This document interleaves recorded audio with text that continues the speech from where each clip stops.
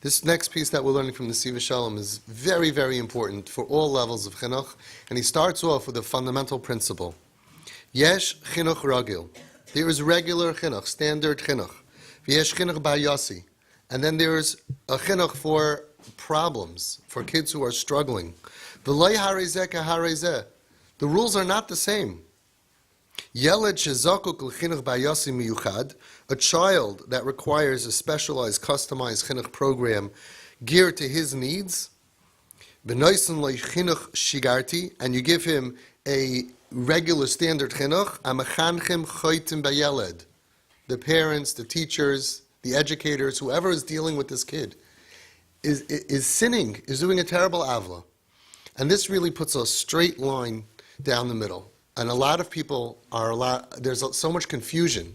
The first thing anybody needs to know when dealing with a child of any age is this chinuch ragil?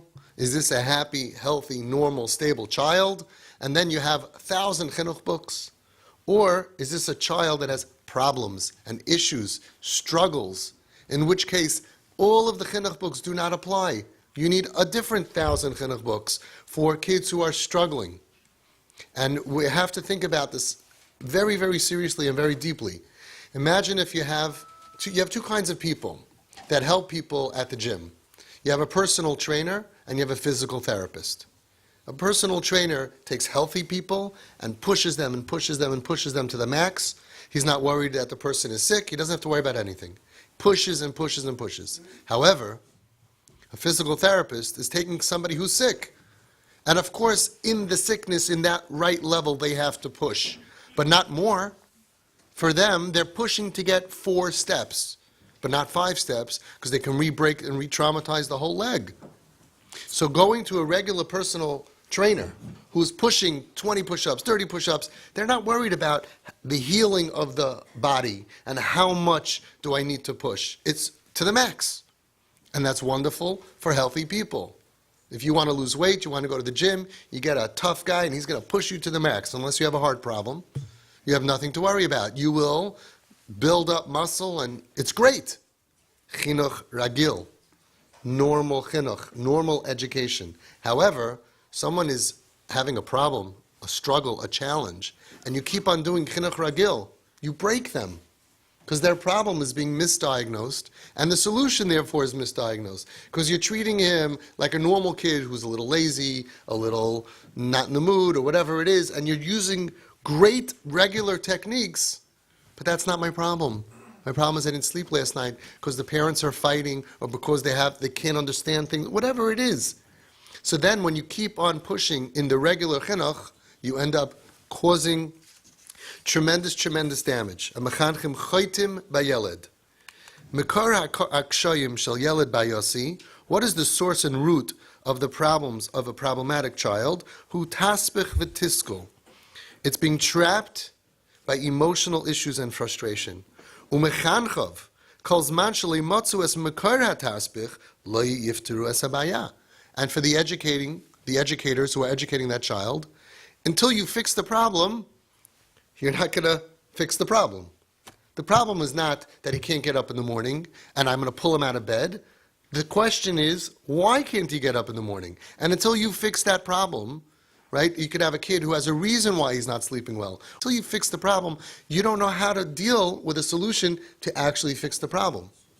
And you can go ahead and force kids who have emotional issues to comply, but only for so long. So here's what happens. Kids who have emotional problems or something else, whatever it is, and we keep on pushing and pushing and pushing, you can push them a little bit more. You can pull, you can push, you can force, but then they break. They have a major breakdown. Why? Because when we looked at the child, we misdiagnosed what was bothering them. The source and root of the problematic child, the child who's struggling, is emotional problems. And if you are not focused on figuring out the baya, the emotional problem that he has, and how to fix it and take it away from him, then you're never going to get anywhere. I'll tell you a personal story. I just thought of it right now. One of my children started not getting, he must have been 8 years old. He started not getting up in the morning. He started not wanting to do homework.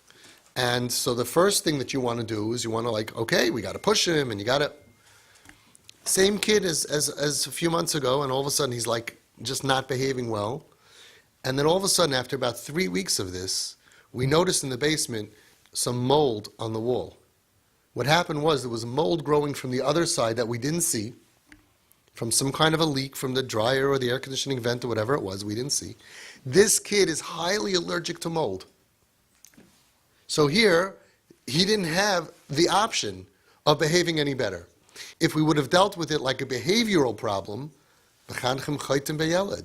because it's the wrong medication. The kid's thinking all of a sudden, you think I don't know how to behave? You think I don't want to get up in the morning? You think the whole thing is a misdiagnosis. And Baruch Hashem, it took only 3 weeks. If it would have been 3 months, we would have thought, who knows what? We would have taken him to a psychiatrist, a therapist. Who knows what would have happened? Everybody would be frustrated with him. How come you're not alert? Why aren't you? And the Rebbe would blame the parents would blame the whole life can fall apart. So you see over here how important it is that if there's a problem, if a kid has headaches, you have to give them Tylenol. Otherwise, you'll have 30 different behavioral issues. You're not solving the problem. It's very pashut once you hear it, but so many times we make, as parents and educators, we make that mistake. Yesh shehabaya hu b'sur meira. There are some times that the problem is coming from negative influences. He's dealing with bad averis and he feels trapped by illicit desires. He could have bad friends, bad influences. And he's unable to free himself from the situation that he's trapped in. Sometimes kids are liars by nature. Or he's an unbelievably out of the norm. He's naturally rebellious. And he just cannot accept any authority and to accept personal responsibility.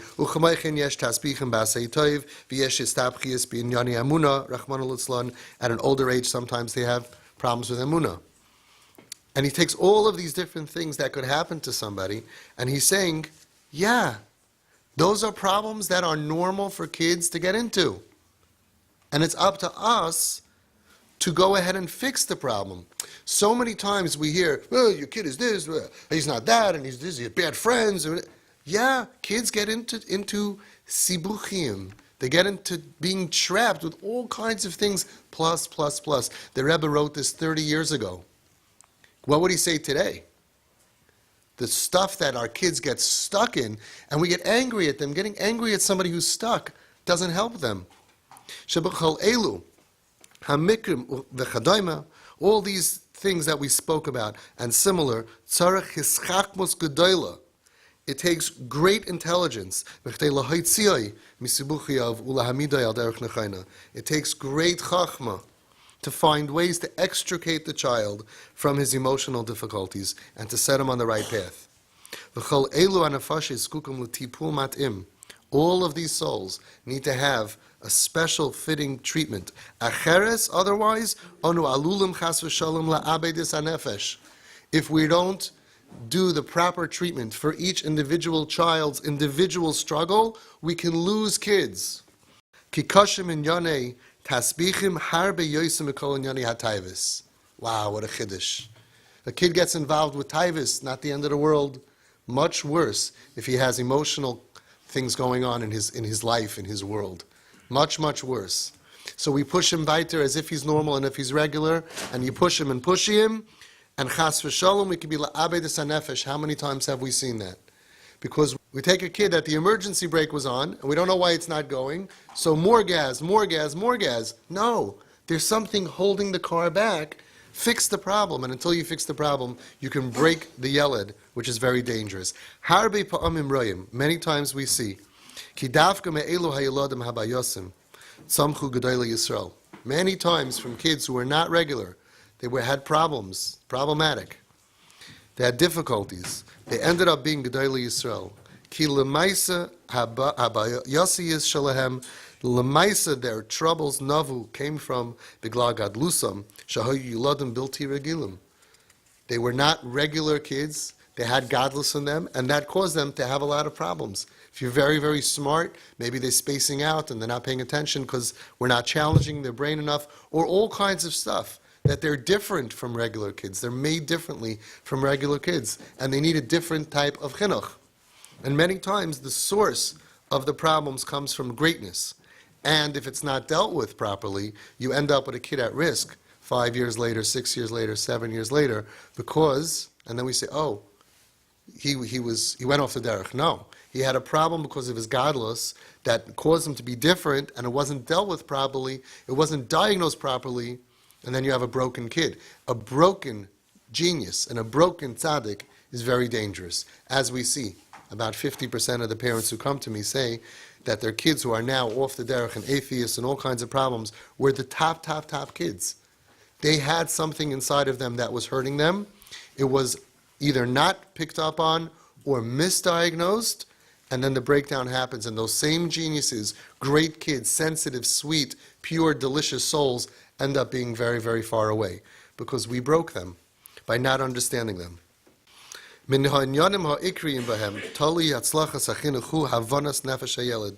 One of the fundamental things, the most important things, is in order for us to be matzliach, we have to understand the nefesh of a yeled. L'chol yeled, yesh nefesh miyuchedes. Every child has his own soul, his own nefesh. He's built differently. We're not all the same. The mechanech tzarich liyos bal nefesh. The mechanech needs to be a professional of understanding personalities and character traits, the nefesh of each yeled, l'haven nefesh hachanich. I rather just saw written down, printed, in the name of Rav Steinman. There was a group of mechanchim that met with Rav Steinman. He said, today, there are no mechanchim. And they were like, oh, whoa, like what are we?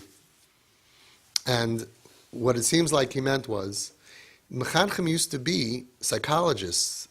They were very deep people. The mechanech took the child under his wing. He didn't just train on how to give over a curriculum. These were people who had depth in them, and they knew that every child has a different personality, and I have to take the information and, in general, love for Yadus, for Yiddishkeit and connection to Hashem, and get through the walls of each child and bake it into him. That's a mechanech. A math teacher comes in, has a blackboard, or whatever they call it these days, and chalk, or whatever they call it these days, smart boards and stuff, and teaches a class. And if you can't listen, get out. I have to teach you information. That's not chinuch of Torah. Not at all. The chinuch of Torah is imbuing into the child a love for Torah, a love for Hashem, a love for Yiddishkeit, and getting around whatever walls of problems that he has, either because of his own issues or external issues. And that's what he's saying. What is a mechanech? A mechanech tzarich liyos bal nefesh. You can be great at articulating words. You can give a great speech, but if you're not a mumcha of being a bal nefesh, to understand the nefesh, the character traits of a person, of a child, then you're not a mechanech. You're just somebody giving over information, which is wonderful. The few kids in the class that are normal and healthy, and they just need information, so that's gavaldik. But if somebody has nafshiyistika problems, the mechanech needs to know how to reach deep into them. Uva miychad, b'mikrim she'ein la yeled nefesh yitziva. Especially if the child lacks emotional calm and stability, v'nasan tachas matzavei ruach, or mood swings, she'tzarech lahakir es nafshay, you have to be able to recognize the nefesh of the child, v'es matzavei haruach shaboy, and you have to figure out what's going on with this kid. It's very annoying at the Shabbos table or at the school classroom when someone is having a mood swing. You have to really figure out, wow, what's going on over here?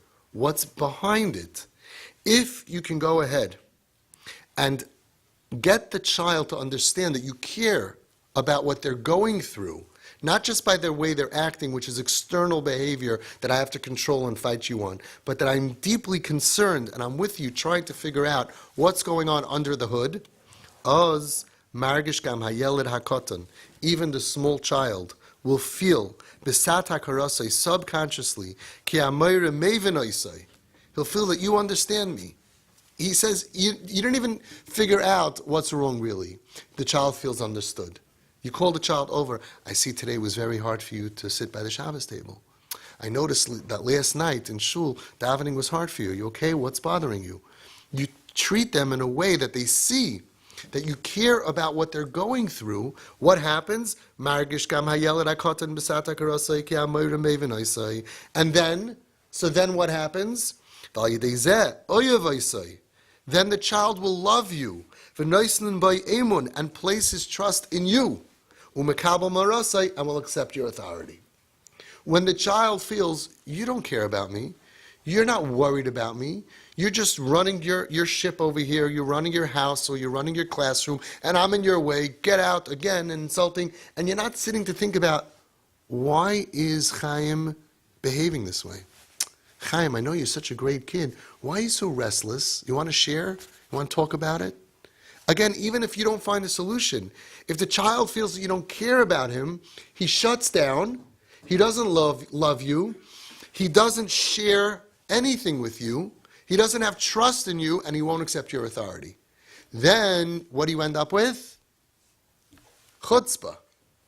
Chutzpah, because the kid doesn't have faith in you. Because here I was for 3 months or 6 months going through something. You weren't interested in me. You were just interested in everything should be fine, and I'm not fine, and that's annoying to you. You don't care about me. So therefore, if you don't care about me, I don't love you, I don't respect you, I don't respect your authority. And then when you say, everybody do something, not doing it. Shut down. He's not makabel your authority. However, when you show that you care, and that I'm with you, I believe that you're good, I see you're struggling. Why is such a good girl all of a sudden acting this way? What can I do for you? What happens is they love you, they place their trust, and then of course they're going to listen to you. Whatever it is that you ask them, they're going to accept your authority. If you don't know how to recognize the nefesh of each child,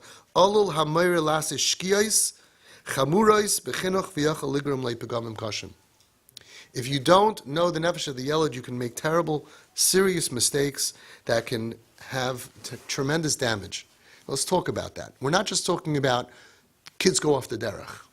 I get calls from all over and WhatsApps and messages from people 40, 50, 60, 70 who are damaged from what happened to them when they were kids by their parents or their rabbeim that didn't understand them and didn't care to understand them. And as I always say, I really think the mechanechim today are much better. Much better. I speak to them. I see these young guys. They're mamish becoming mamish real mechanechim. They care about the kids, the nefesh of the child. But look what happens when we don't get it right. People get hurt. People get hurt and they lose trust. I lose trust of this Rebbe every day, and I lose. He doesn't care about me. They lose trust in the system. And it's a very dangerous thing, even besides for people going off lagamri. Just they're hurt. You saw me. People tell me, where were my parents? I was going through such a hard time through it. Now we would call it depression or whatever it was. And instead they would just push, weiter. Why didn't they stop ever, pull me over and say, let's go for a walk. I see you're having a hard time. Right? Forget about, we get so angry, the parents get so angry, he's not listening, at some point you got to say, why? Why? At some point you got to break that and go behind the scenes and say, come, let's go for a walk, Chaim. What's going on? I see you having a hard time listening to me.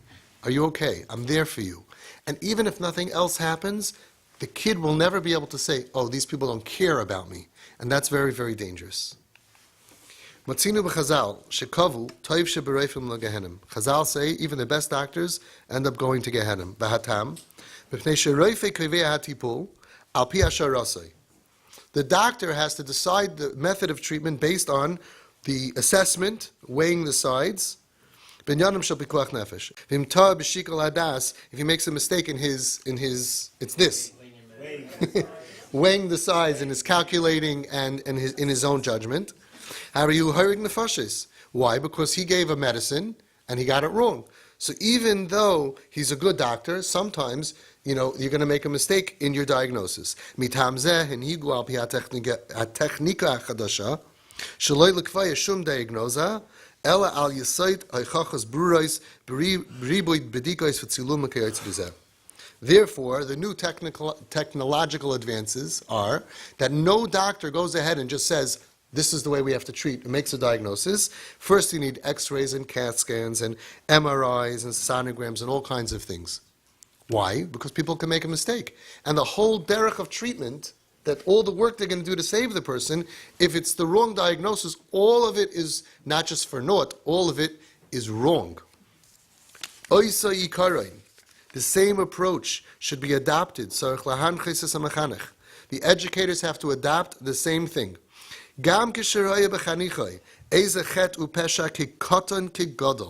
Whatever you're seeing, a sin, something bad, small or big, don't be quick to judge. Don't be quick to judge. Right? You're the judge and the jury, and right away to jump to conclusions and hand out punishments. Why? Sometimes the misjudgment of incorrect punishments can leave a scar on the soul of the child. So let's understand, let's note, both parts hurt very badly. It's the misjudgment. In other words, you thought I did something wrong and I didn't, or you didn't understand why I did something wrong. And then there's the punishment that was wrong. Both of them are very dangerous.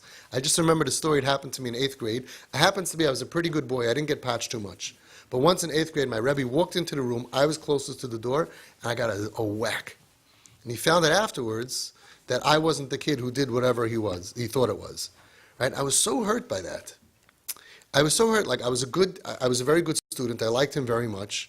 And I never tortured him or did anything particularly bad to him. And it's like, you walk in, you see a situation, whack, forget about the hit. Today that would be stam bad. But in those days, it wasn't so traumatic. But I was so upset that why did you hit me? So there were two things he did wrong. First thing is he got the wrong guy, but also it wasn't the right punishment. I didn't need a patch, even if I would have done that thing. Both of those things are very, very bad. But watch what happens, how you can reverse it. Etzem hadavar, the mere fact, mechanech mar belachshev lefnei shekeveyas oifei atipol, ve'einem esnai k'shayter stam, mashrish emun beliboy shel hachonech. The mere fact that the parent or the teacher thinks a lot, says, I really got to think about this. I want to make sure I heard your side of the story. I got the judgment right. And you know what? I'm going to think about how I'm going to punish you. And I'm going to think about how I'm going to treat the situation. And you're not just a shayter stam, a regular policeman who doesn't care about you. A friend of mine told me, he asked his father, Tati, how come you never compliment me? He said, did you ever hear of somebody driving and a cop pulls him over just to tell him you're driving well? You get pulled over when you're doing something wrong. When you do something wrong, I give you a frask, I tell you what you're doing wrong. Stam to tell you you're doing a good job? That's a policeman, not a tati, not a rebbe. So just the fact that you think about him and you're considering how to punish him when he needs punishments, mashrish emun beliboy shel hachanich. It injects the student with tremendous trust. Even if he's a little kid. He knows internally in his mind, the kid feels trust. That this teacher, this parent, the mechanech, wants for his good and for his development. The result of, again, that trust means he will reveal all of his problems to you. He'll be open. He'll trust you as an adult. Something that is so important in order to get the right diagnosis on how to treat and to be matzliach with a child is the kid should tell you what's bothering him. If you lose the trust, you'll never know what's really going on. How do you build the trust? Same punishment could be. Could be you were right. Same diagnosis, same everything. But show him, I'm thinking about it. I have to really think about it. Take your time with that. Over here, we're not asking mechanechim or parents to change anything in this prat. You can do so much for your child just by delaying. So you know what? I'm going to think about it for a few days. Not even talking about the treatment. We're talking about delaying the treatment. Just delaying the treatment shows the child that I'm not here to hurt you. I'm not enjoying punishing you. 1, 2, 3, tell me this, okay. No one's going on the trip. Even if that'll be your decision. Assuming it's the right decision. Wait before you shoot. Pause. Think before you shoot. And that is mashrish emun. It ingrains and injects trust into the children. And then they'll accept the punishment, and they'll open themselves up to you, and they'll share with you the stuff that's on their mind, and it's a whole different hatzlacha. But what about imaseyu neveim sibuchim nafshim? What if their actions of the child is coming out of emotional complications. It's not coming because he's bad or lazy or stupid, but because he has problems. Then any misplaced discipline and incorrect punishments, he's going to feel even more complications in his brain. Not only I couldn't do my homework because of what's going on and whatever, now you're turning on me and you think I'm bad? Now you're pulling out another leg from under the table. Looking at it from a spiritual perspective, zekahirig nefesh mamish. It's like murder. So two kids at home or two kids in school do the same thing wrong, and it's a different diagnosis. One needs the personal trainer. One needs the push. Come on, don't be lazy. You have to know your kid. The other one needs rachmanas. The other one needs to say, hang on, 1 second. You didn't do your homework. I understand what's going on at home. Oh, it's okay. Don't worry about it. You know what? I'll do the homework with you by recess. Here's a lollipop. Different diagnosis, different treatment. So if the problem of the kid is coming from emotional problems in his being or things surrounding him, okay, that affect him in his mind, so then of course you can't do regular chinuch on them. And if you get the wrong tipul, that's keharig nefesh mamish. Now we know today kids have a lot of emotional problems. Many people have emotional problems. What are some of the problems that kids have? Unfortunately, it's already widely accepted that 1 out of 5 kids, 20% of all Jewish kids, boys and girls in Frum Meistis, will be molested as children. It's a horrible thing to imagine. It's a horrible thing to imagine. I don't like the number, but I don't like 1 out of 10 either. But about 20% of all of our kids, it's already, it was printed in the Yated even. It's understood. So this is a new problem. That kids, I don't know if it's new, that maybe it used to be, but today it affects children. One kid who was molested told me, I said, explain to me, how does molesting affect you? How does it change you? So he told me, well, any person who gets molested as a child and it doesn't affect them, that guy's nuts. How could it not affect you being molested? Of course it affects you. And you can go online and you can see shiurim about how and why, but that's a big emotional problem. And that's about 1 out of 5. It's already a 20% chance. It means when that kid, who's a tough kid in the class, is acting out, it's already a 20% chance that maybe that's what it is. Then there's all these kind of problems that kids have of ADD, ADHD, borderline, bipolar, depression, anxiety, family problems, fighting at home, undiagnosed learning disabilities, all kinds of things that we have to deal with now that cause the child to not be able to behave properly. If you give any of those kids suffering from any of those issues, that they would be very happy if you could take it away from them. It's like a headache. They would be very happy if you gave them a Tylenol. But not only we're not taking it away from them, we're then condemning them as if it's a regular kid and saying, I don't stand, how come you didn't do it? That's murder. It's murdering somebody. Besides, it's just wrong, because you're never going to fix the problem if your treatment is based on the wrong diagnosis. So if what's going on with the child, which it almost always is in our dar, that it's not that they're choosing to be lazy or they're choosing not to do it or they're chutzpahdik because they like being chutzpahdik, but rather there's some kind of emotional pain under the hood. It's like driving with the emergency brake on and you see they're schlepping and they're not doing well, so then you have to be very careful, because the way that you interact and treat the child in your chinuch that you're doing, you could be murdering the child. Many times the best chinuch is no chinuch, because you're pulling out another leg, you're stabbing the child, and they become even more in pain, and then the result is even worse. Al kain. Therefore, mechayvasei shel mechanech lehisamek v'lodas mahim sharshei hara. It's critical for the educator to delve deeply into every child, to know what is the root of this bad behavior. V'hargormin shehiviu es hachanech l'maisav. That's more important than what he's doing. It's not so important what he's doing. Why is he doing it? What brought this child to this behavior? V'rak acher kach lishpoit. Only afterwards can you judge. Ulikvaya hadiagnoza achinuchi shaloi. Only afterwards can you judge and decide the right treatment method for the kid. I was learning this and I was blown away by it. It's so simple. It's so perfect. It's so beautiful. And yet we struggle with this so much because it's just so hard to do. You have to be so much on the side of the child to create such trust that he will trust you, so you can figure out what's bothering him, and then you deal with them based on the reality, their reality, not what you think maybe the kid is bad. So many times I discuss kids with parents or other people, and the first conclusion we jump to is the kid has bad midos. He's a baltaiva, he's bad. We always jump to that, maybe because that's the way we grew up and that's the way we were used to. And I rarely find that that's the problem. And what's the difference? Because one, you can respond to one way, and leiharezeh kaharezeh, to end off with his words that really, it's a whole different parasha. It's a different floor in the hospital. There's regular chinuch, there's regular chinuch tools, fine. Then there's problems that are never going to be solved unless we solve them. And we're never going to solve them until we know what they are, and they're never going to tell us unless we are mashrish emun into the child, to ingrain and inject into the child trust. And if that's all you do as parents for your whole life, that alone is worth it. Because so many parents are so busy doing chinuch, but the kid doesn't trust them, doesn't open up. The parents will never know what's wrong with them and what went wrong with them. And I have so many stories of kids who told me their pain, kids who went through trauma, kids who were abused and molested, who are now adults and never told their parents.